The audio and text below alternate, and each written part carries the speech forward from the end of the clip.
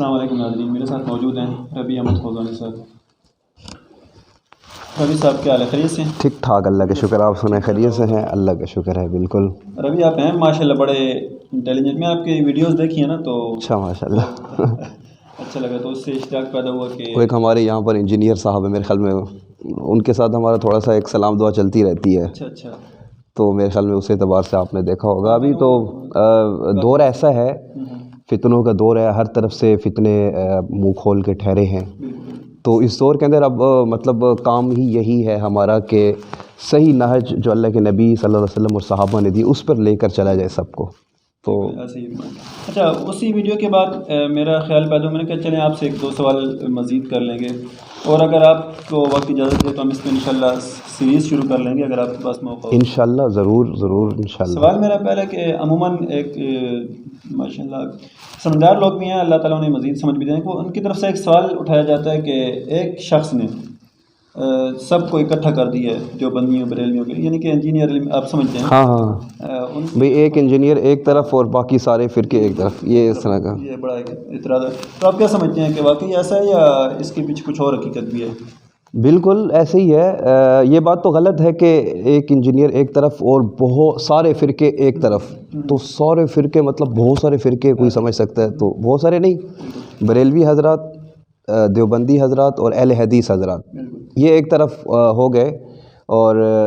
علی engineer Mirza صاحب ایک طرف ہو گئے۔ اور اچھا، یہ کیا کس مشن پہ، مطلب کہ ان کا تو اس سے پہلے میں نے سنا کہ اکٹھا ہونا ذرا مشکل لگ رہا تھا، تو ہاں یہ سوال بڑا کیا جاتا ہے، حق یہ ان کی کرامت کہہ لیں کہ اس وجہ سے علیحدہ ہوئے ہیں کہ جب آپ دیکھیں، میں سمپل سی بات کرتا ہوں کہ ختم نبوت پہ جب اٹیک ہوگا، ختم نبوت پہ کوئی آ کر جو ہے ڈاکہ ڈالے گا، تو یہ تینوں آپ کو ایک صف میں کھڑے نظر آئیں گے، کیونکہ بنیادی عقیدے کے اوپر جب کوئی زد مارے گا تو پھر ان تینوں کو اکٹھا کھڑا ہونا پڑے گا۔ اسی طرح اگر کوئی قرآن کی بے حرمتی کرتا ہے تو یہ تینوں بریلوی، دیوبندی، اہل حدیث حضرات یہ ایک صف میں نظر آئیں گے، ہاں وہ پس پوچھ ڈال دیں گے۔ تو اس وقت انجینئر صاحب نے جو اٹیک کیے ہیں نا، وہ بہت بڑے بڑے اٹیک کیے ہیں۔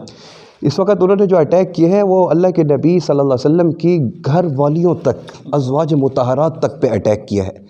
تو یہ ایک صف میں اس لیے کھڑے ہو گئے دیوبندی، بریلوی، اہل حدیث کے، بھائی اس وقت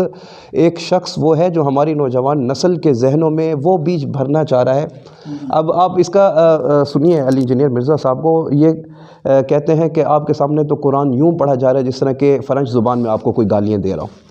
آپ کے سامنے قرآن اسی طریقے سے پڑھا جا رہا ہے کہ جیسے کوئی آپ کے سامنے فرنچ زبان کے اندر آ کے آپ کو گالیاں نکالنا شروع۔ تو نعوذ باللہ من ذالک، اتنی بڑی بات کہ قرآن پڑھا جا رہا ہے اور فرنچ زبان میں جیسے کہ آپ کو کوئی گالیاں دے رہا ہو، تو قرآن کی برکت کا قائل نہ ہونا، لوگوں سے یہ کہنا کہ تلاوت قرآن پاک کا کوئی فائدہ نہیں ہے، قرآن کی کوئی عظمت نہیں ہے، کوئی اس کی فضیلت نہیں ہے،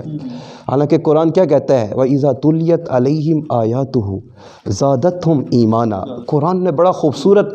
یہ اس اشکال کو اگر کوئی کرنے والا کو اللہ کو پتہ تھا کہ کریں گے کہ قرآن ایسے جیسے فرنچ زبان میں کوئی گالیاں نکال رہا ہو، یہ قرآن کی بہت بڑی توہین ہے۔ اللہ کہہ رہا ہے قرآن وہ ہے کہ جب اس کی تلاوت کی جاتی ہے، زادتہم، ضمیر آیات کی طرف ہیں، یہ نہیں ہے کہ ایمان مومنین کا بڑھ جاتا ہے، زادتہم، یہ تلاوت قرآن ہے جو ایمان کو بڑھا دیتی ہے، ایمان کو بڑھاتی ہے۔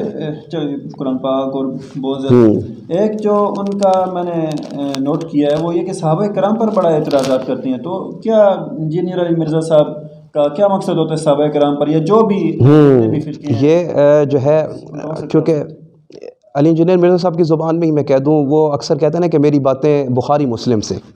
کہ میں محدثین کی باتیں کرتا ہوں، میں تو یہ بات ہے، تو میں محدثین ہی کی بات کر دوں، امام المحدثین کی، جو امام بخاری کے بھی استاد ہیں، امام ابو زرع رازی رحمۃ اللہ علیہ، وہ فرماتے ہیں کہ اگر تم کسی شخص کو دیکھو کہ ینتقص احدا من اصحاب رسول اللہ صلی اللہ علیہ وسلم، کہ اللہ کے پیغمبر صلی اللہ علیہ وسلم کے کسی ایک صحابی، احدا من اصحاب رسول، کسی ایک بھی صحابی کی شان کو گھٹا رہا ہے، یہ نہیں کہ مطلب ان کے اوپر طعن و تشنیع کر رہا ہے، گالیاں بک رہا ہے، صرف شان ان کی کم کر رہا ہے، گھٹا رہا ہے، فَعْلَمْ أَنَّهُ زِندِيقٌ، تو جان لو وہ شخص زندیق ہے۔ تو محدثین کی زبان میں امام المحدثین امام بخاری کے بھی استاد امام ابو زرع رازی رحمۃ اللہ علیہ کی زبان میں کہوں تو پھر مرزا انجینئر صاحب آپ خود دیکھ لیں محدثین کی نظر میں آپ کا مقام کیا ٹھہرتا ہے.